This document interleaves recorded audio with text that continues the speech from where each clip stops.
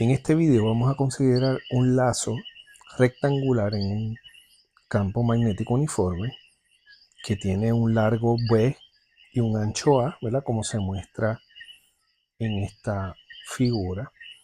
Y además de eso, el lazo está inmerso en un campo magnético que lo hemos puesto hacia la derecha y porta una corriente I que está fluyendo en este sentido, ¿verdad? En contra de las manecillas de reloj en este diagrama. Y queremos calcular entonces cuál es la fuerza neta sobre el lazo. Así que note que el lazo consta de 1, 2, 3, 4 segmentos rectos. Así que podríamos analizar esto del siguiente modo. Podríamos tomar, digamos, este segmento como el segmento 1, analizar la fuerza, ¿verdad? Calcular la fuerza que experimenta ese segmento. Luego el segundo segmento, que sería este, tercero y cuarto segmento.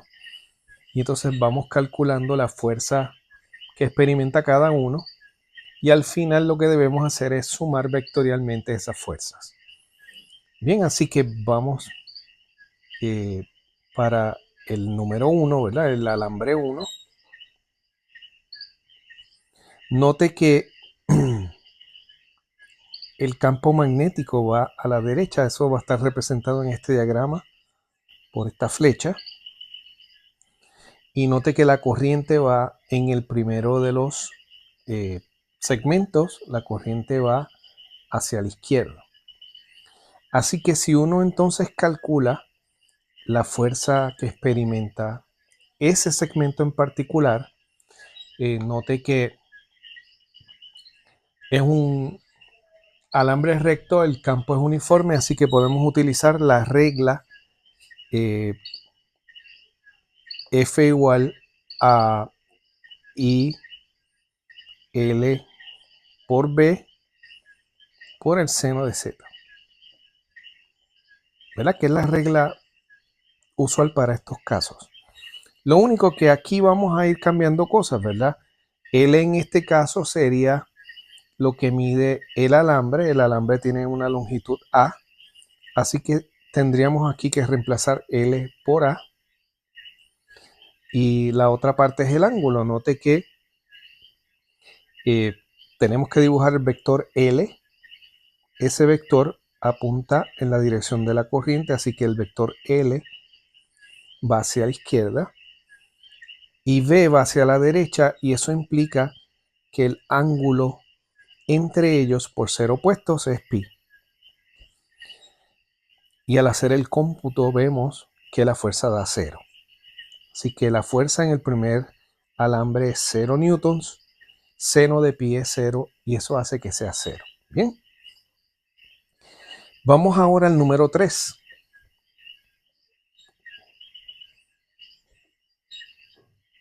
Así que en este caso L va a la derecha y el campo podemos dibujarlo de acá, ¿verdad? Vamos a duplicar aquí y aprovecharnos que tenemos esto dibujado ya. Y note que F, en este caso F3, la fuerza tiene una magnitud que sería I por A por B, ¿verdad? Como en el caso anterior, por el seno, en este caso es 0. Bien, porque L y B van paralelos, son paralelos, ¿verdad? Apuntan en la misma dirección. Pero de nuevo, el seno de 0 es 0, así que la fuerza 3 tiene una magnitud que es 0 newtons. Ya vemos que esos alambres, ¿verdad? Esos segmentos del lazo no contribuyen en fuerza alguna porque la corriente se encuentra paralela o antiparalela al lazo, al alambre. Así que vamos a movernos a los lados verticales. Sería el número 2, por ejemplo. Yo voy aquí a, ¿verdad?, poner el campo apuntando obviamente hacia la derecha como en el problema y hacemos el dibujo del vector L.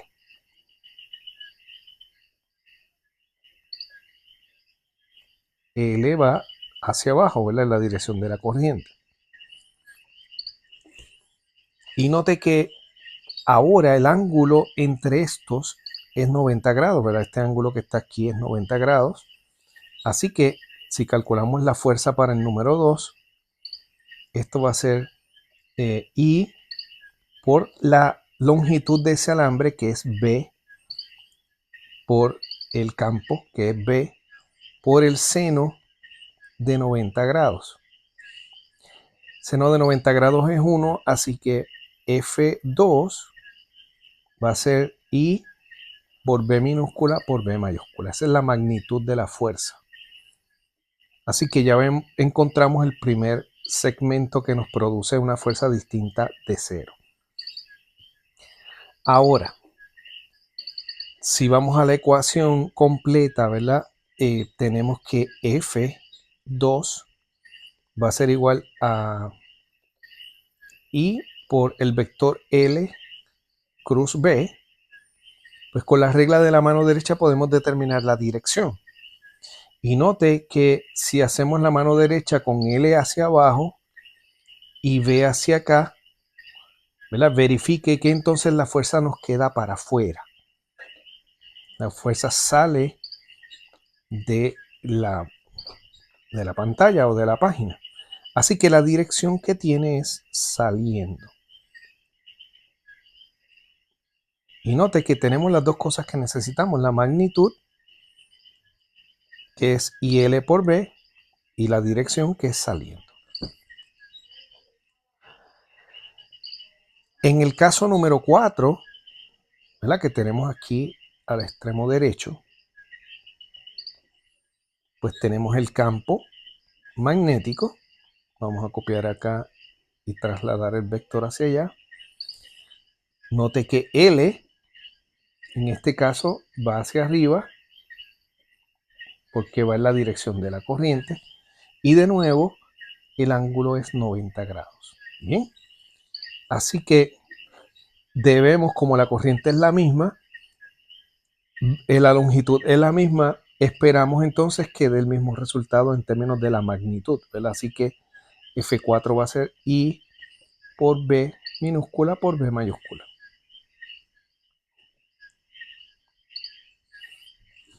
Ahora, la dirección pues estaría dada por la regla de la mano derecha, así que sería corriente por L producto con B, y note que en este caso L va hacia arriba, B va a la derecha. Si usted utiliza la regla de la mano derecha, aquí el resultado es que entra.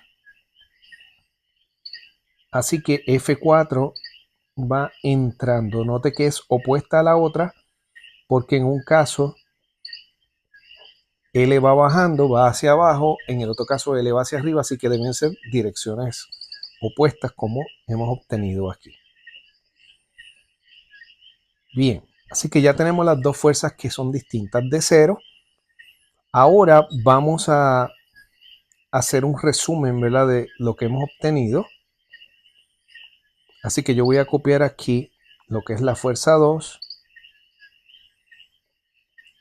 y lo que es la fuerza 4.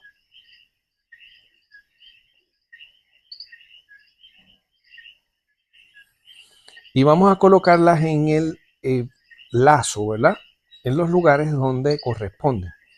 La fuerza 4 estaría en este lado y va entrando. La fuerza 2 está en el lado izquierdo y va saliendo. Bien, así que el lazo, por un lado, siente una fuerza que lo empuja para afuera de la página y la otra lo empuja hacia adentro. Si uno busca la fuerza neta, en este caso, note que la fuerza neta está a lo largo de un eje que es perpendicular a la página, y si asumimos que saliendo es positivo y entrando es negativo, como es la convención usual, pues la fuerza neta sería F2 menos F4.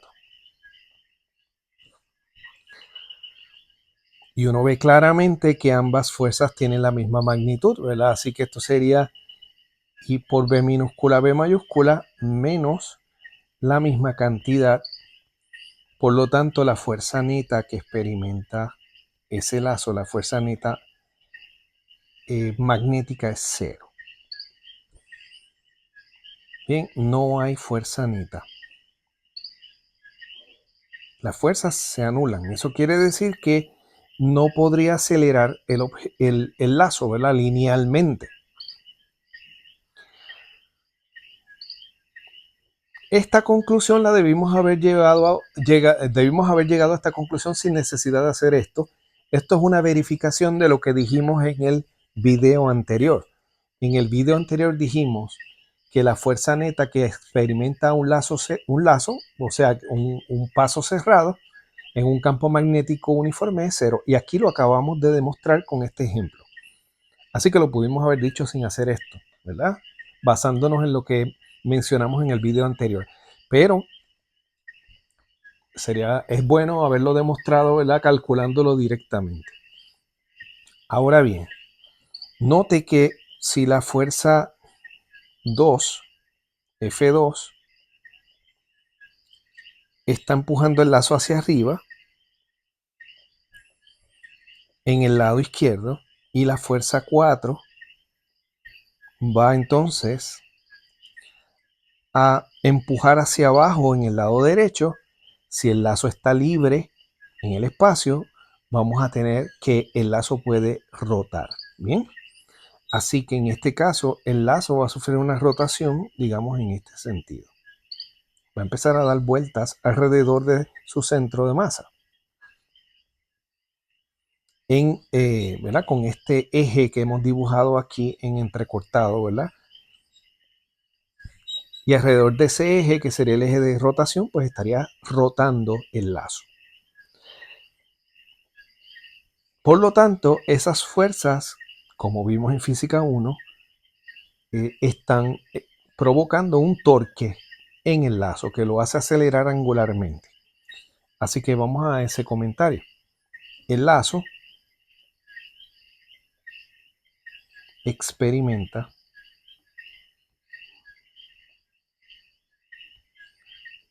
un torque que lo hace acelerar angularmente.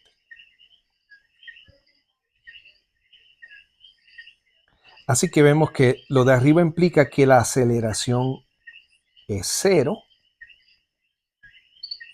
la aceleración de traslación o lineal. En este caso, la aceleración angular que hemos llamado alfa es distinta de cero, ¿verdad? En las unidades que corresponden radianes por segundo cuadrado. Aquí es metro por segundo cuadrado. Bien. Así que el lazo experimenta un torque. Para calcular el torque entonces que producen estas fuerzas, necesitamos, ¿verdad?, definir cuál es nuestro centro de rotación. Recuerde que el calcular el torque neto sobre este objeto pues no va a depender entonces de cuál es el eje. O sea, necesitamos establecer un eje para ver cuál es el torque, es lo que quiero decir. Así que ese eje yo lo voy a colocar en este borde. Bien. Note que si hacemos eso, la fuerza 2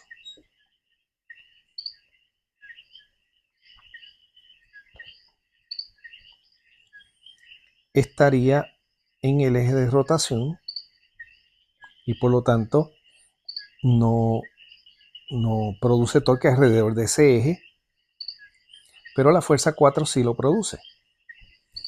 Así que vamos entonces a calcular ese torque. Si recordamos, el torque, ¿verdad? La magnitud de ese torque para la fuerza 4, pues va a ser igual a R, que sería la distancia de la fuerza al centro de rotación, por la fuerza que es F4 por el seno del ángulo entre R y F4. Así que yo voy a trazar aquí una línea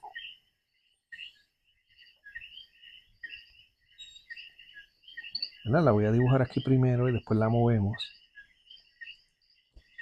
Esta línea representa lo que es,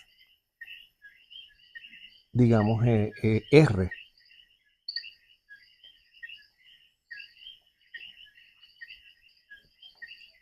que es el vector, ¿verdad? Que me identifica la distancia a la que se encuentra la fuerza del centro de rotación, que sería este CR.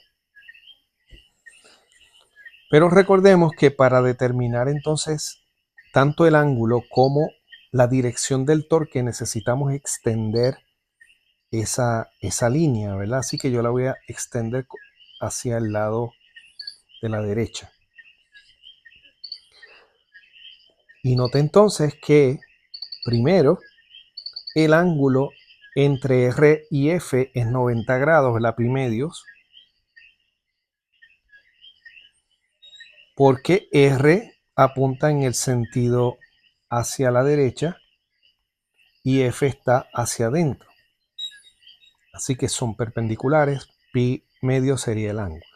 Seno de pi medio es igual a 1, así que, ¿verdad? Ya tenemos esa parte. Así que torque de F4 va a ser R, que en este caso R, vamos a ponerlo desde ahora, es A, ¿verdad? Porque esta distancia de aquí a aquí es A. Así que sería A por F4, que es I, B minúscula, B mayúscula, por el seno de pi medios, que es igual a 1. Así que yo voy a reorganizar estas cantidades de este modo.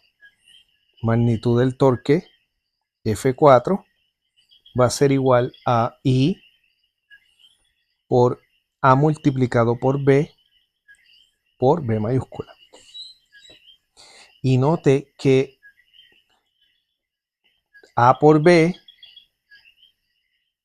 no es otra cosa que el área del lazo, ¿verdad? El área de este lazo es la multiplicación de largo por ancho, y recordemos que el largo es B,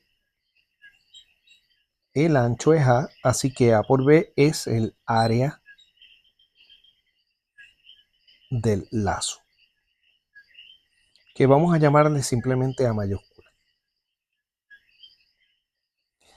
Y finalmente la ecuación nos queda como torque de F4, que es la magnitud de ese torque, es igual a I por A por B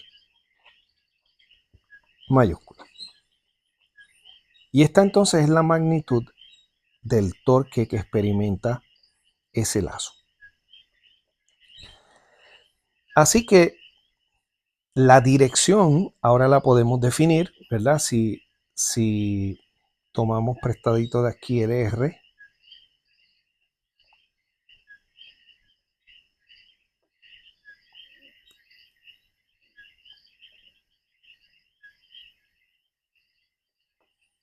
por un lado, y sabemos que F4 va hacia adentro,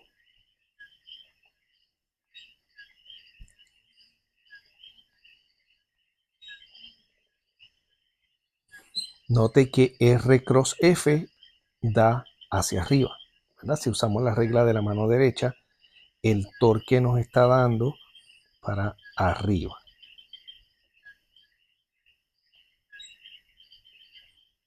Así que esta sería la dirección del torque de la fuerza 4, que es el torque que experimenta el lazo. Bien, así que si hacemos un diagrama ahora, ¿verdad? Vamos a tomar prestado este dibujo.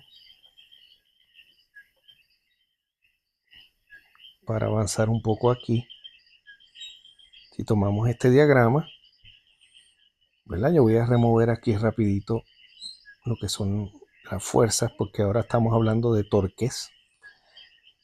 Lo que nos da el resultado que acabamos de calcular es que el torque está dirigido,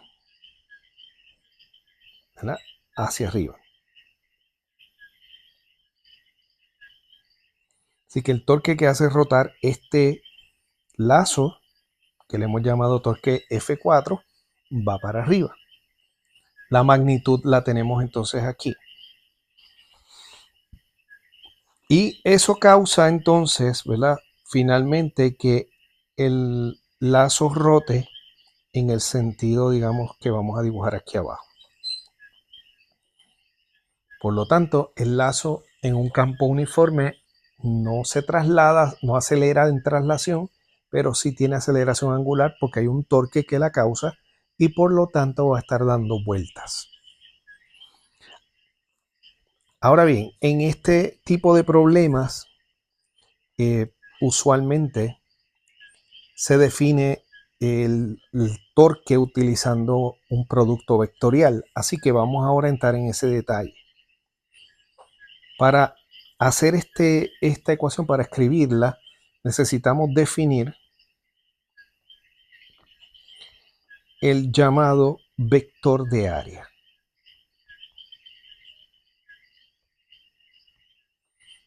Y bien, el área no es un vector como tal, pero esto es otra de esas creaciones matemáticas que vamos a utilizar simplemente para escribir una ecuación matemática. La magnitud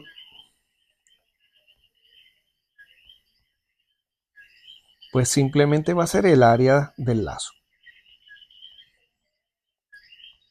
De ahí entonces el nombre del vector, ¿verdad? El área A es la magnitud de ese vector.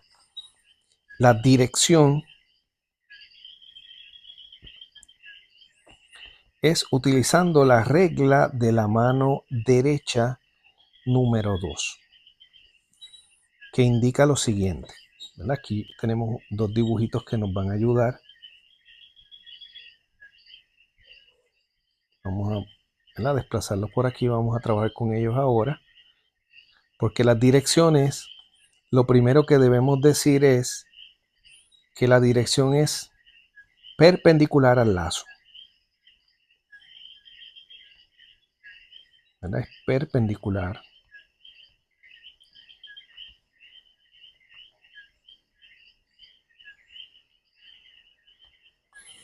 Así que aquí están unos dibujos donde se presenta el lazo y cómo es que la corriente va fluyendo. Si la corriente en el lazo fluye en este sentido, entonces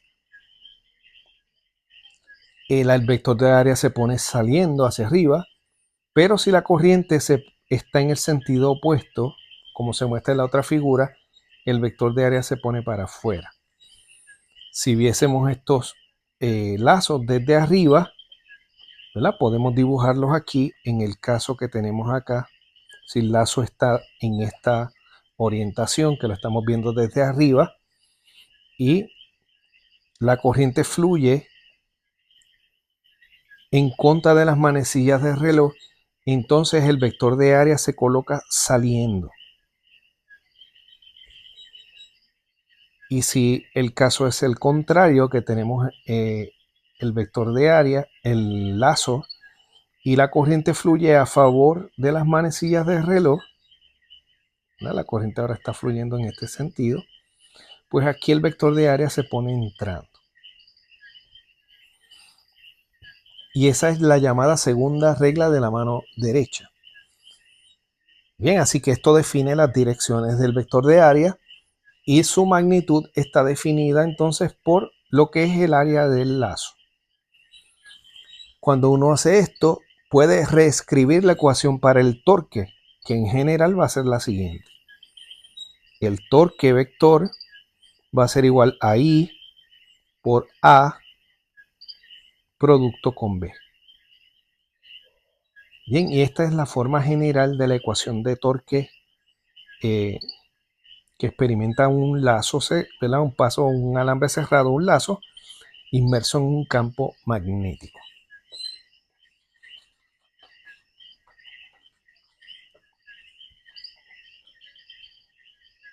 Así que podemos probar esta regla utilizando el lazo anterior. Vamos a tomar, ¿verdad?, el caso anterior para probar que esta regla funciona. Recordamos que el campo magnético está dirigido hacia la derecha, que la corriente fluye en este lazo, fluye, ¿verdad?, en el modo que vimos arriba en contra de las manecillas del reloj. Ponerlo aquí. Por lo tanto, la dirección del vector de área aquí, note que si es en contra de las manecillas del reloj, el vector de área se pone saliendo. Así que el vector de área, yo voy a ponerlo en el color verde. Aquí iría hacia afuera.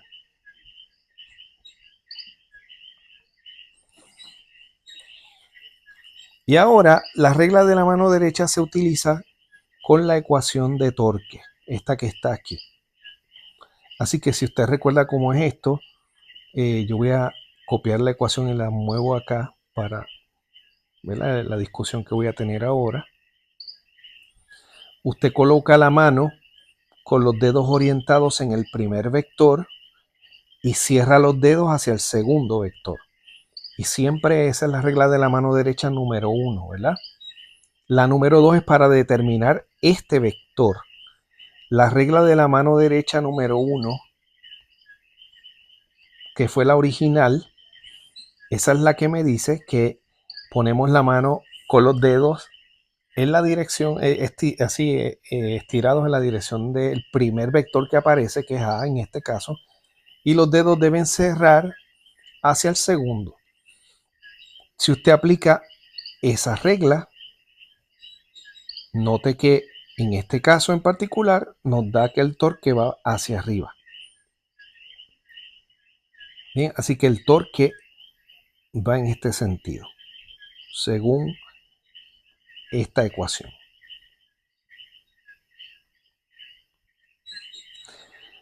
Y si vamos hacia atrás, eso fue lo que encontramos aquí. Mírelo por aquí, el torque en el lazo va dirigido hacia arriba.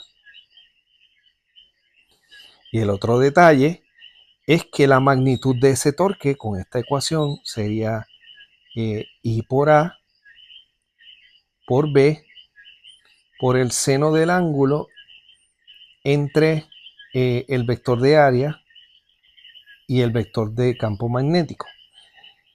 El vector de área sale, el campo magnético va hacia la derecha, por lo tanto, este ángulo es pi medios. Seno de pi medios es igual a 1 y tenemos que el resultado para el torque sería I por A por B. Si buscamos acá, lo que calculamos directamente, calculando los torques, ¿verdad? El torque que experimenta el lazo es eso mismo. Así que esta ecuación reproduce todos los resultados anteriores, así que la vamos a escribir de ese modo. Finalmente, hay una cantidad que se define utilizando, ¿verdad?, esta estructura que es llamada el momento magnético.